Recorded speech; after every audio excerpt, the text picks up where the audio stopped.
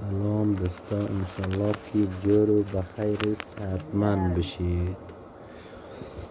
دوستا، گزارش جدیدی از پروژه مردمی در بهسود که فعلا در قسمت خوازه در حال کار می باشد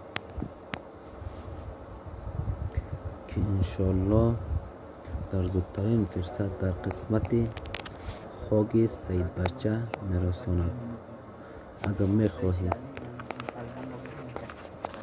گزارش جدیدی از پروژه مردمی در بهسود آگاه شوید، پس کانال ما را سابسکرایب و لایک نمایید. تشکر.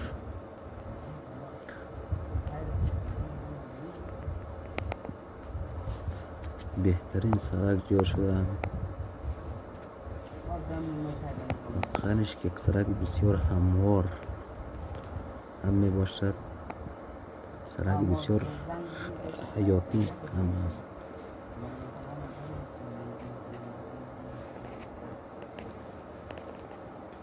سابسکرایب دوستا یادتان نرود.